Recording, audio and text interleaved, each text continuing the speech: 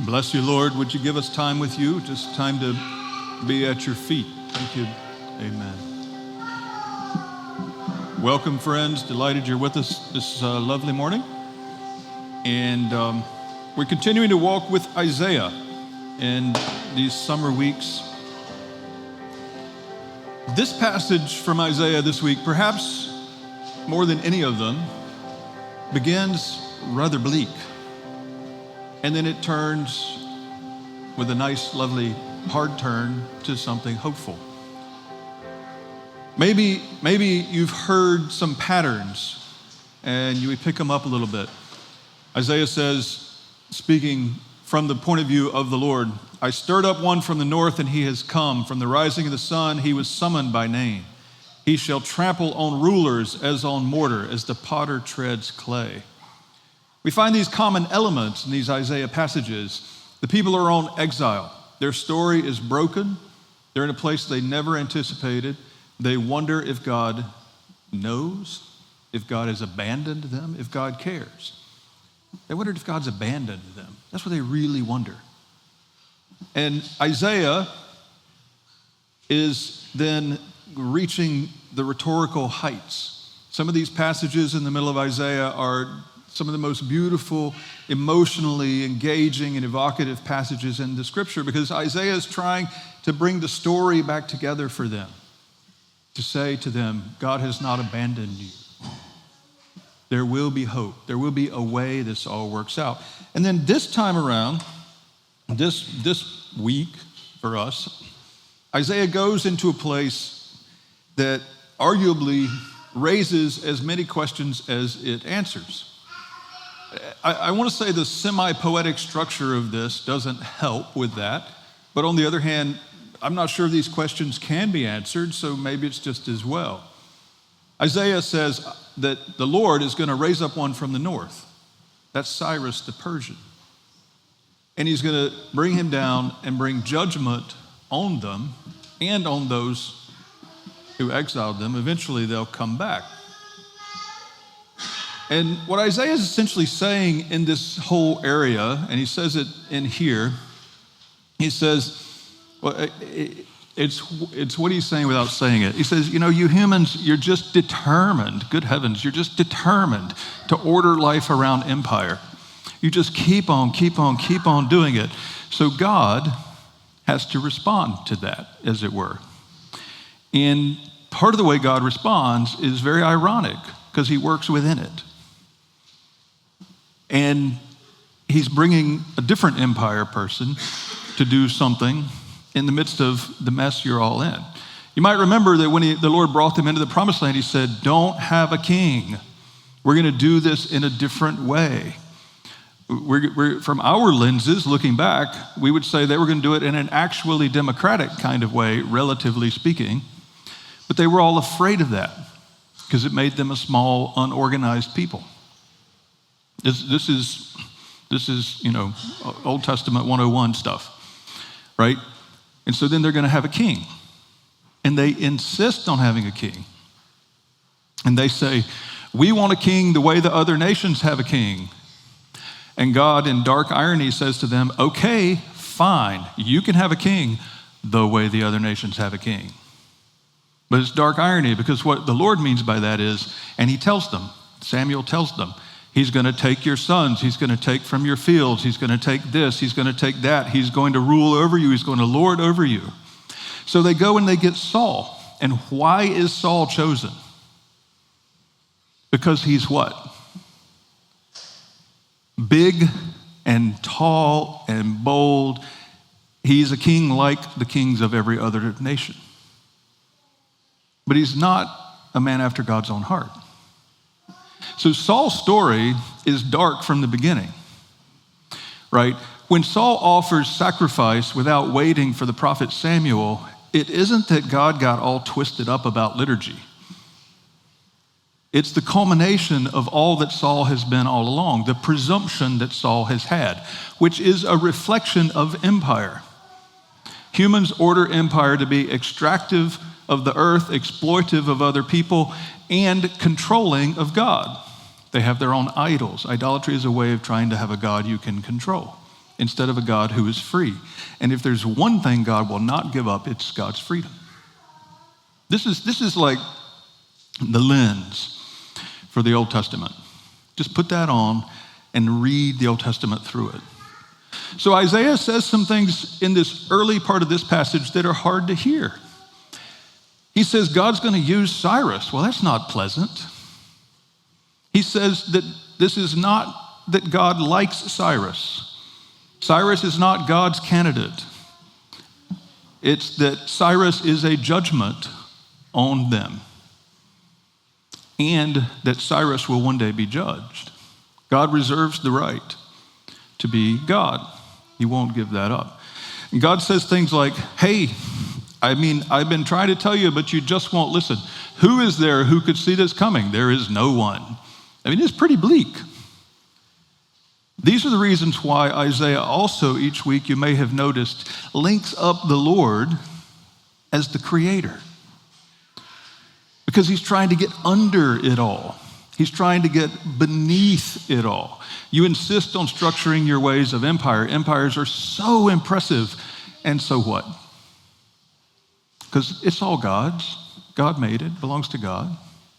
He's trying to get a bigger frame of reference, if you will. So Isaiah keeps doing these things. I was sitting with this week, and I'm thinking, some of this stuff is what led Paul to Romans chapter 8, where Paul says that even in the midst of evil, God works out things for good. Not everything. Paul's not saying it's okay. He's just saying God's still present and God still works good even in the midst of that stuff that God doesn't like and doesn't cause and will judge. Think about Paul for a second. Let's just take a quick little side trip to Paul.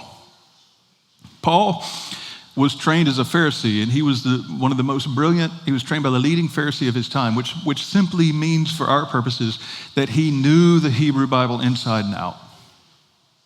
He knew these stories. He knew these passages. They were his life. And then Jesus, the living Jesus, meets him, and it means that the Romans crucifying Jesus was something that God used for good, and Paul can't take it. So Paul actually goes away. We missed this about Paul. Paul goes away for 7 years. I think it's 7. It's a long time. It's 7, right? It's got to be 7. Number of wholeness in the Bible. We're going to land on 7. Paul goes away for 7 years and rewires himself. We missed that point. We think Paul just hops up and goes right to it. He doesn't. He has to go rewire himself. Because this is crazy different from anything he ever imagined. Paul has to wrestle with this. And in the end, he lands on Romans chapter 8. For I am convinced that nothing can separate us from the love of God. The suffering of the present time is not worth comparing to the glory that will be revealed in us, it actually says, into us. For the creation was subjected to frustration, not willingly, but by the will of the one who subjected it, in hope that the creation itself would be set free from its bondage to decay. I'm convinced that nothing can separate us from the love of God. It's the same message as Isaiah's. It's just that Isaiah is looking ahead to it. Paul's looking just a tiny bit back at it, and both of them are waiting on it. And that's where we live. The other thing you may have noticed, 2 other things, the happy things in these Isaiah passages. One of them is Isaiah always contrasts God's final plan, the thing that God says, I am in this, I am committed to this, I am doing this. This is the thing I'm bringing about. It comes from me. It's not me using the stuff you guys insist on putting on the table, but here's what I'm putting on the table myself, the Messiah, the one God will bring. Isaiah always contrasts these empire things over against the Messiah. These are major passages for Jesus' own self-understanding. Does that make sense? Jesus doesn't fall from the sky. He becomes incarnate, born of a woman, born under the law. right? And he grows up, and he's taught the Hebrew Bible by his pious mother and his, priest uncle cousin, whatever Zechariah was, right? And he knows this stuff inside and out. And he begins somehow that we don't know, he begins to realize that he's the one. And he realizes that all these things apply to him, particularly.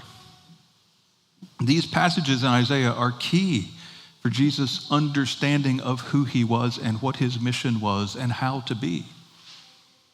And so we hear it here. Notice the contrast. Prediction of the Messiah. My servant, whom I uphold, my chosen, in whom my soul delights. I put my spirit on him. He will bring forth justice to the nations. He will not cry or lift up his voice. He will not make it heard in the street. A bruised reed he will not break. A dimly burning wick he will not quench. He will faithfully bring forth justice. He will not grow faint or be crushed until he has established justice in the earth, and the coastlands wait for his teaching. We met the coastlands a few weeks ago with Mother Jen. That's all those nations around them. We see what that looks like. We see what the character of God in the Messiah looks like in the gospel lesson this week. They go across the sea, all these people follow them. Jesus and the disciples are beat, but he says, well, here they are. They're like sheep without a shepherd. So he says, what do we got? Let's feed them. What do we got? 5 loaves and 2 fish. Well, what is that? That's nothing. He breaks it. He looks up to heaven. He gives thanks, proto-Eucharist. And what happens? It isn't just that everybody makes it back home barely. They got stuff left over. It's so abundant. Everybody gets to eat. They're doing church on the grounds, fried chicken and biscuits. And there's plenty. Take me home for that. Is it sharing or is it a miracle? I've heard this passage preached in different places. I've heard it preached as, God just is absent. We don't know how and we don't care. I've also heard it preached as this is sharing, right? The kid gave up his, other people saw it, and they said, well, I got some tucked away. I got some hidden too. And they all start sharing, and it all ripples around, and it's the sharing. Which one is it? Okay, we got to vote for miracle. Do we have any votes for sharing? You'd all be afraid to say so. All right. What's our tradition here? What are we, Mother Jen? You're getting ahead of me. We're Anglicans. And Anglicans are known for what? The middle way, a third way. What's the third way? What if it's both? What if it's both? What if it is sharing combined with the generative miracle power of the Spirit of God? To create ex nihilo, out of nothing, out of love. And what if they do start sharing and the synergy of the love of the sharing and the love of the Spirit of God, multiplying it all, turns it into something that's bigger than the math. And they all go home saying, oh, wow, that little bit I took, the earth supplied for us. We shared because we love each other. God acted by his Spirit. The little seed of getting healed, turning into a human being. Pretty cool, right? I mean, we don't know. It is the Spirit of God at the least. Maybe the sharing was part of it too. It's part of the Messiah being one who a bruised reed he will not break, and a dimly lit wick he will not quench.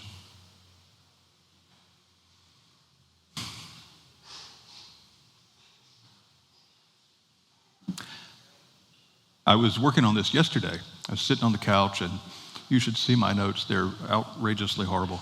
And I mean, I don't know. I can't function that well at the moment. And I'm like, I read this again this morning. I'm like, what on earth did you do? I'm sitting there trying to get things together. And the long read yesterday on The Guardian is an incredible story. about a dimly lit wick not being snuffed out. It's a story about this Japanese woman named Koko Takaki. She was 8 months old when the bomb was dropped on Hiroshima. She was less than a mile away. Her father was a Methodist minister. He's Japanese, very unusual. He'd gone to school here in the States, converted to Christianity, went back, was a Methodist minister. They were in the parsonage.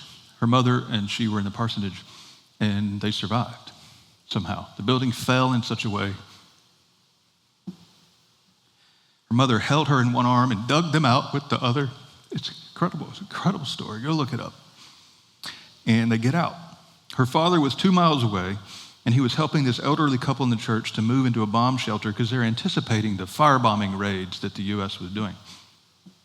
And he sees the flash, and instinctively he just falls on his stomach. He just falls on the ground. He just drops. And he happened to be in between these two granite pillars at the entrance to this building they were going into, and it saves him because all this stuff blows over him, and these pillars save him. When he gets up, his life is being turned into a film because it's so dramatic. He gets up and he's like, busting back to the house. And he's passing all this horror and all these people, and they're crying out for help. And he's like, forgive me, please forgive me, please. This Japanese culture, please forgive me, please forgive me. And he's rushing back to the house. And he finds that his wife and the baby are safe. So they get them headed to somewhere that's going to be a good place. And then he just starts going around trying to help people. He was interviewed in 1946 in a seminal New Yorker article. This is the article by John Hersey that revealed what happened in the city.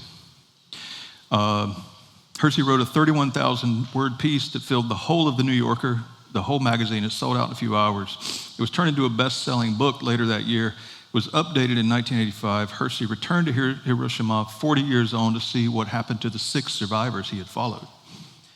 And a few years ago, lo and behold, in Hersey's office at Yale, they found in his files, they found Tanimoto, her father, they found Tanimoto's account of the event and what he did. His personal account. It had been lost for all these years. It's now going to be published in a book. And it has a moving introduction by Koko, his daughter.